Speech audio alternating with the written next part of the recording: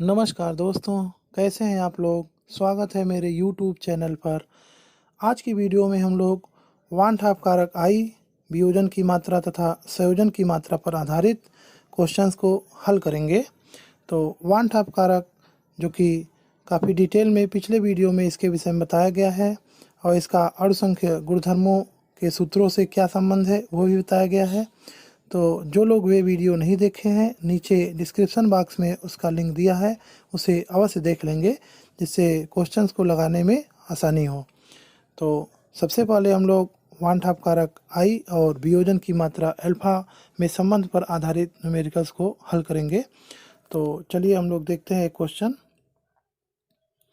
तो CH3 CH2 Cl COOH यानी ये एक प्रकार का अम्ल है, कार्बनिक अम्ल है, के 10 ग्राम को 250 ग्राम जल में विलय करने पर उत्पन्न हिमांक में अवनमन की गणना कीजिए। तो यानी जो ये क्वेश्चन है, हिमांक में अवनमन कौन से अणुसंघ गुण पर आधारित है?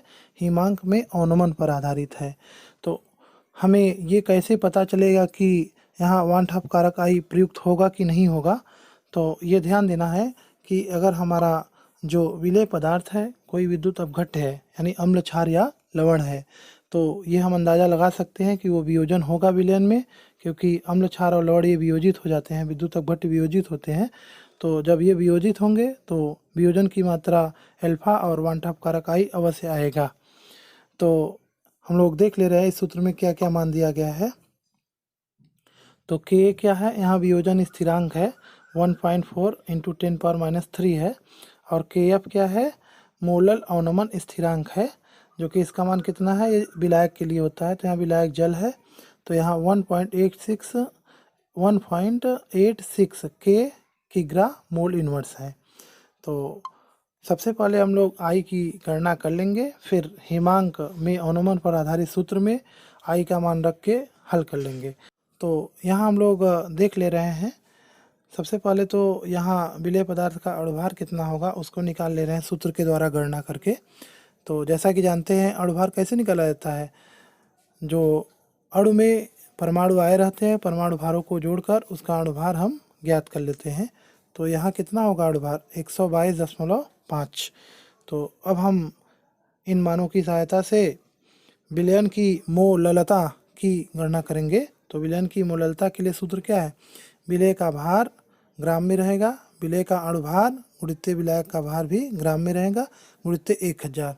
तो जब इस सूत्र में हम मानों को रखेंगे तो हमें ये समीकरण प्राप्त होगा।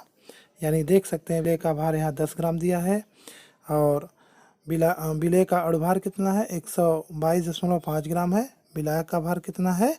250 ग्राम है। तो इसको रख के जब हम हल करेंगे तो हमारा मोललता यम बराबर कितना आएगा? 0.3264 मोल प्रति किग्रा आएगा। तो मोललता एक प्रकार की क्या होती है? विलयन की सांद्रता यानी सी होती है। तो अब हम आगे देखते हैं। तो अब आगे वियोजन स्थिरांक के ए, यानी के ए यहाँ अम्ल का वियोजन स्थिरांक है, और सी सांता मतलब विलयन की सांता यहाँ पे किस में ली गई है? मोललता में संबंध पर आधारित सूत्र देख ले रहे हैं। तो यहाँ क्या होता है? के ए बराबर होता है c alpha square upon 1 minus alpha. इसको कक्षा 11 के चैप्टरों में बताया गया है ये सूत्र, ठीक है, आयनिक साम्य में। तो ये सूत्र हमें देख लेना है। तो यहाँ नीचे का जैसा कि देख रहे हैं, ये अल्फ़ा जो है अगर बहुत कम हो यानी नगण्य मान लिया जाए तो नीचे की वैल्यू 1 हो जाएगी। ये ऐसा इसलिए किया जाता है कि हमारा गणना जो हो थोड़ा सा आसान हो जाए। तो हम देख सकते हैं कि यहाँ पे जो हमने सूत्र लिया है कि ए बराबर क्या है? C alpha square. तो यहाँ के ए वियोजन स्थिरांक है अम्ल का, और सी विलयन की सांद्रता है यानी मोललता, और अल्फा क्या है? वियोजन की मात्रा। तो हम इस सूत्र की सहायता से वियोजन की मात्रा की गणना करेंगे। तो अल्फा बराबर हो जाएगा √सी के ए अपान सी। तो जब इनके मानों को रखेंगे तो ये समीकरण बनेगा, और इस समीकरण को जब हम लोग हल करेंगे तो वियोजन की मात्रा अल्फा बराबर कितना आएगा? 0.065 तो अब हम इस अल्फ़ा की मात्रा की सहायता से हम आई के मान की गणना कर सकते हैं। तो ये सूत्र अब हम लोग देखेंगे, जो कि पिछली वीडियो में बताया गया है। ये सूत्र क्या है? वियोजन की मात्रा अल्फ़ा और आई में वानठाप कारक आई में संबंध है। यहाँ पे यन क्या है? यन यहाँ पे जो विद्युत अपघट्य होते हैं, वियोजन के बाद जितने आयन बनते हैं उसकी संख्या है। तो यहाँ अम्ल है, कार्बनिक अम्ल जब भी वियोजित होता है तो प्राय 2 ही आयन बनते हैं। तो यहाँ यन का मान कितना हो जाएगा? 2। तो यन का मान 2 है और अल्फ़ा का मान हम लोग अभी अभी ऊपर ये निकाले हैं। तो जब इसका मान रख के हल करेंगे तो आई का मान हमें प्राप्त हो जाएगा। तो आई बराबर कितना आएगा? 1.065। अब इसके बाद हम लोग ये वाला सूत्र अप्लाई कर लेंगे। ये सूत्र क्या है? हिमांक में अवनमन पर आधारित सूत्र है। डेल्टा टी एफ यहाँ पे क्या है? हिमांक का अवनमन है।